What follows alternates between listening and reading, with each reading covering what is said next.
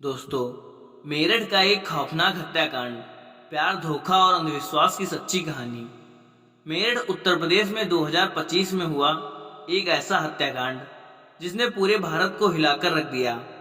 यह कहानी है प्रेम, विश्वासघात और अंधविश्वास के खतरनाक जाल में फंसे कुछ लोगों की, जिसने एक निर्दोष व्यक्ति की जान ले ली। इस केस में प्रेमिका ने अपने प्रेमी के साथ मिलकर अपने पति को मौत के घाट उतार दिया और उसके शव को 15 टुकड़ों में काटकर एक ड्रम में भर दिया और उसके अंदर सीमेंट डाल दिया।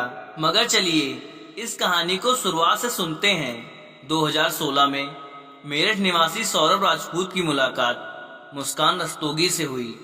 दोनों के बीच प्रेम हुआ और कुछ सालों बाद उन्होंने शादी कर ली। लेकिन यह शादी सौरभ के परिवार को पसंद नहीं आई, क्योंकि मुस्कान एक अलग जाति की थी। इसके बावजूद दोनों ने अपने रिश्ते को मजबूत बनाए रखा। सौरभ मर्चेंट नेवी में जॉब करते थे और लंदन में पोस्टेड थे। शादी के कुछ समय बाद साथ में मेरठ पहुंच गए। लेकिन इसी दौरान उसकी जिंदगी में एक तीसरा व्यक्ति साहिल शुक्ला आया, जो मुस्कान को पहले से ही जानता था। सौरभ के लंदन में रहने के कारण मुस्कान की नजदीकियां साहिल से बढ़ने लगी। साहिल, जो पहले से ही मुस्कान को पसंद करता था, अब खुलकर उसके साथ वक्त बिताने लगा। मुस्कान ने उसे यह यकीन दिला दिया कि वह अपने पति के साथ खुश नहीं है और वह साहिल से सच्चा प्यार करती है। साहिल शुक्ला, जो कि अंधविश्वासी प्रवृत्ति का था और आत्माओं, तंत्र मंत्र जैसी चीजों में विश्वास करता था। मुस्कान ने इस बात का फायदा उठाते हुए उसके लिए स्नैपचैट पर एक फर्जी अकाउंट बनाया, जिससे वह साहिल शुक्ला की मरी हुई मां के नाम से चैट करती थी। इस फर्जी अकाउंट से वह साहिल को यकीन दिलाने लगी कि उसकी मां की आत्मा मुस्कान को पसंद करती है और चाहती है कि वह दोनों साथ रहें। धीरे धीरे साहिल पूरी तरह से मुस्कान की बातों में फंस गया था। मुस्कान ने उसे यह विश्वास दिलाया कि अगर वह उसके पति सौरभ को रास्ते से हटा दे तो वह दोनों एक साथ रह सकते हैं। साहिल अब पूरी तरह से मुस्कान के इशारों पर नाचने लगा था। मुस्कान और साहिल ने मिलकर सौरभ को मारने की साजिश रची। 4 मार्च 2025 को जब सौरभ लंदन से मेरठ अपनी पत्नी और बेटी से मिलने आया, तब मुस्कान ने सौरभ की फेवरेट सब्जी कोफ्ते में बेहोशी की दवाई मिलाकर खिला दी। और जब सौरभ बेहोशी की हालत में बिस्तर पर पड़ा था, तब मुस्कान ने अपने दोस्त साहिल को बुला लिया और रसोई में जाकर वो बड़ा और धारदार चाकू ले आई, जो मुस्कान और साहिल ने पहले से ही प्लानिंग करके खरीदे हुए थे। और करीब 20 मिनट तक साहिल ने मुस्कान को बताया कि कैसे उसे अपने पति का वध करना है। और फिर उसके बाद मुस्कान और साहिल ने सोते हुए सौरभ पर हमला किया और उसके हृदय पर 3 बार वार किए और घर में पड़े कूलर को भी ऑन कर दिया ताकि उसकी आवाज किसी को भी ना सुनाई दे।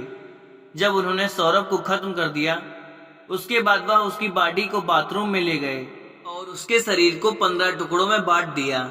सौरभ को खत्म करने के बाद उन्हें इस बात की चिंता हुई कि अगर सब बरामद होगा तो पुलिस उन तक जरूर पहुंच जाएगी। इसीलिए उन्होंने सबको ठिकाने लगाने की योजना बनाई और मुस्कान बाजार जाकर एक प्लास्टिक का ड्रम खरीद लाई और मुस्कान और साहिल ने सौरभ के सब टुकड़ों को उस प्लास्टिक ड्रम में डाल दिया और ऊपर से सीमेंट भी डाल दिया ताकि उसकी बॉडी की स्मेल बाहर न जाए। और उसके बाद उन्होंने उस ड्रम को घर के एक कोने में रख दिया। इसके बाद मुस्कान और साहिल ने सौरभ के मोबाइल फोन से उसके सोशल मीडिया अकाउंट को एक्टिवेट रखा। उन्होंने सौरभ के अकाउंट से हिमाचल प्रदेश और शिमला की तस्वीरें स्टोरीज पर पोस्ट कर दी ताकि लोगों को लगे कि वह घूमने गया है। उन्होंने उसकी फैमिली और दोस्तों को यह यकीन दिलाने की कोशिश की कि सौरभ अभी जिंदा है और बाहर यात्रा कर रहा है।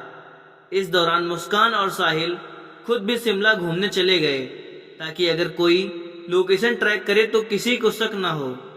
लेकिन किसी भी अपराधी की तरह वह भी ज्यादा समय तक बच नहीं पाए। सौरभ के परिवार ने जब उससे संपर्क करने की कोशिश की और उसे कोई जवाब नहीं मिला तो उन्हें शक हुआ। परिवार ने मेरठ पुलिस में गुमशुदा की रिपोर्ट दर्ज कराई और इसी बीच मुस्कान ने अपने माता पिता को बताया कि शायद सौरभ का मर्डर हुआ है और उसके घर वालों ने ही उसका मर्डर किया है। मगर मुस्कान के पिता ने कहा, नहीं बेटा, किसी के भी घर वाले कितना भी नाराज हो जाएं, लेकिन ऐसा कदम अपने बेटे के लिए नहीं उठा सकते। बेटा, मुझे सच सच बताओ, सौरभ कहाँ है? मुझे सच्चाई बताओ, मैं किसी से कुछ नहीं कहूँगा।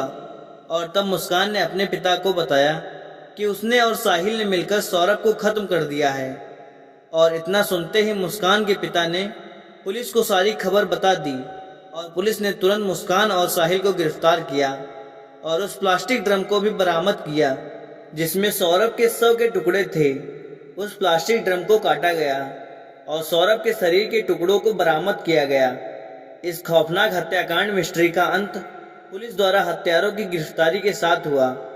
पुलिस ने मुस्कान और साहिल को गिरफ्तार कर लिया। दोनों पर हत्या साजिश, शव को छुपाने के गंभीर आरोप लगाए गए।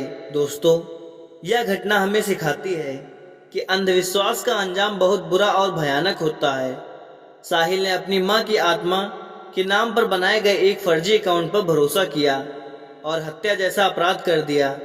और गलत संबंध और रिश्तों का अंजाम बहुत बुरा ही होता है। मुस्कान ने अपने फायदे के लिए साहिल को मानसिक रूप से कंट्रोल किया और हत्या तक करवा दी। और कानून से कोई नहीं बच सकता, चाहे अपराध कितना भी चालाकी से किया जाए। पुलिस की जांच और सबूतों के आधार पर अपराधी पकड़े जाते हैं। इसलिए रिश्ते सोच समझ कर बनाएं और जीवन साथी चुनने से पहले सामने वाला मानसिक रूप से कैसा व्यक्ति है यह जानने की कोशिश करें। साथी चुनते समय सूरत पर नहीं, सीरत पर ध्यान दें।